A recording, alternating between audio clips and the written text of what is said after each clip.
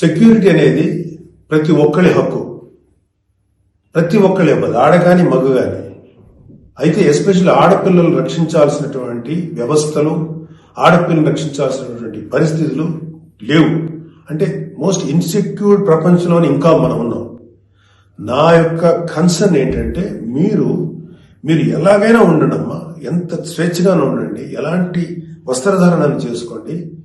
కానీ మీరు అది సెలబ్రిటీ అవనండి, సినిమా యాక్టర్స్ అవనండి, పాలిటిక్స్ లో ఉన్నటువంటి ఫిమేల్ అవనండి, చిన్నపిల్లలు అవనండి, పెద్దవాళ్ళు అవనండి, మీరు బయటికి వెళ్ళేటప్పుడు, మీరు వెళ్లాల్సినప్పుడు ప్రాపర్ రక్షణ వ్యవస్థను ఏర్పాటు చేసుకోండి. వ్యక్తిగతంగా మిమ్మల్ని మీరు రక్షించుకునేటువంటి వ్యవస్థను ఏర్పాటు చేసుకోండి.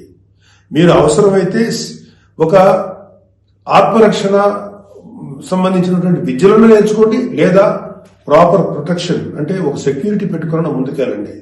మన దురదృష్టం, మన కర్మ ఏంటంటే ఇంకా మేల్ చావనిస్టిక్ పిగ్స్ ఉన్నటువంటి మన సమాజం ఇది. దుర్మార్గులైనటువంటి మగ జాతి ఉన్నటువంటి సమాజం ఉంది.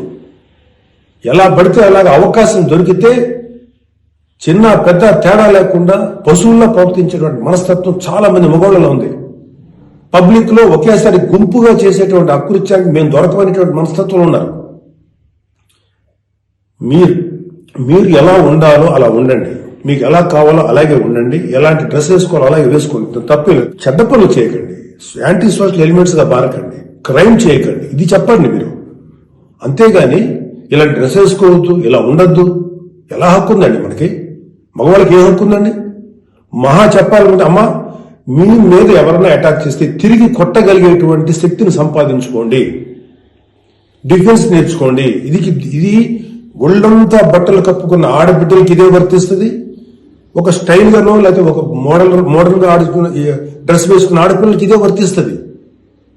దీనికి మగవాడి యొక్క చండాలమైనటువంటి మనస్తత్వం చాలా, అంటే నాట్ ఆల్ మేల్, సపోజ్ కొంతమంది క్రూయల్, ఒక ఆడదాన్ని విలాస వస్తువు చూసే ప్రతి మగ వెధవకి చెప్తున్నాం, వాళ్ళకి ఏదైనా ఒకటే, ఒళ్ళు నిండా బట్టలు కప్పుకున్నా ఒకటే, మోడర్న్ గా స్టైల్ గా బట్టలు వేసుకున్న ఆడది ఒకటే.